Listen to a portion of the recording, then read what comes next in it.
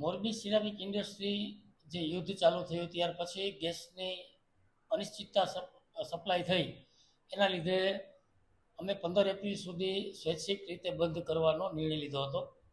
15 April સુધીમાં અમને માર્કેટની અંદર પૂરતી ડિમાન્ડ ન દેખાતી હોવાથી અમે એ નિર્ણયને અમુક પ્રોડક્ટને 1લી મે સુધી અમે લંબાવ્યો હતો.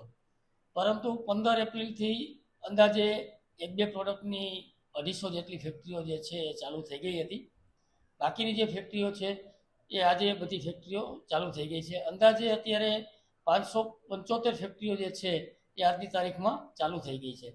બાકીની જે બચેલી ફેક્ટરીઓ છે જેમના લેબરો કોઈ અત્યારે આવ્યા નથી અને રસ્તામાં હોય કે 2-4 દિવસથી આવવાના હોય તો એ બધી ફેક્ટરીઓ આવનારા દિવસોમાં રાબેતા મુજબ ચાલુ થઈ જશે. ગેસની વાત કરીએ તો અમારી પાસે ગેસમાં 2 ઓપ્શન હતા.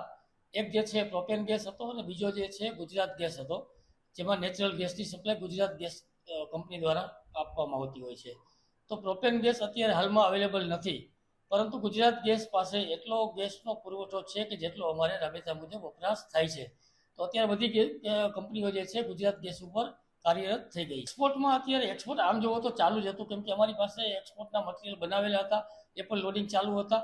પણ જે જીસીસી કન્ટ્રીઓ જે હતા એમનું એક્સપોર્ટ બંધ હતું અને અમુક જેવા એવા વેસલો હતા કે જે ખાડીના દેશોમાં થઈને પસાર થતા હતા, તો એ વેસલોના અત્યારે મુવમેન્ટ બંધ હતી. એના હિસાબે એક્સપોર્ટ થોડું ધીમું છે, પણ બીજી કન્ટ્રીઓનું જે એક્સપોર્ટ છે એ રાબેતા મુજબ ચાલુ છે.